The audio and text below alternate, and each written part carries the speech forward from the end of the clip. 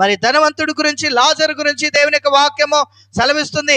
నిజంగా వారి జీవితం భూమి మీద ఎలా ఉంది అని అంటే చూడండి, 25వ వచనం మరొకసారి చదువుకుందాం.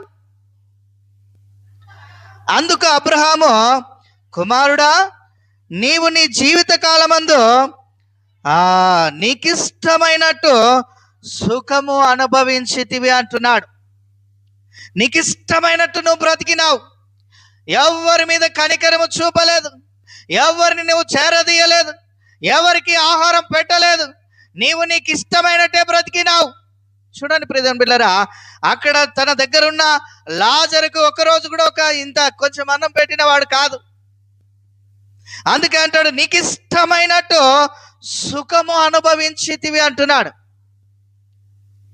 నిజంగా ఈ దినాల్లో దేవుని మాటలు విని కూడా భయము లేకుండా, భక్తి లేకుండా కదా, దేవుని మాటను ధిక్కరించి జీవించేవారు ఎంతోమంది,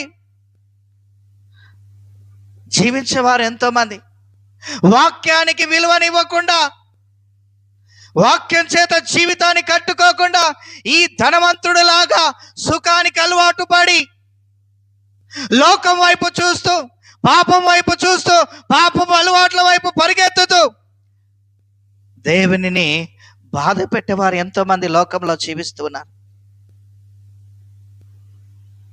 జ్ఞాపకం చేసుకుందాం ప్రియమైన బిడ్డలారా, ఈ మధ్యాహ్న కాల సమయంలో నిజంగా మనకిష్టమైన రీతిగానే మనము ధనవంతులాగా ఈ లోకంలో బ్రతికితే నీవు భూమి మీద సుఖం అనుభవించావు కాబట్టి తర్వాత పాతాళంలో యాతన పడాల్సి వస్తుంది. ప్రతి దినము దిక్కు తోచని పరిస్థితి.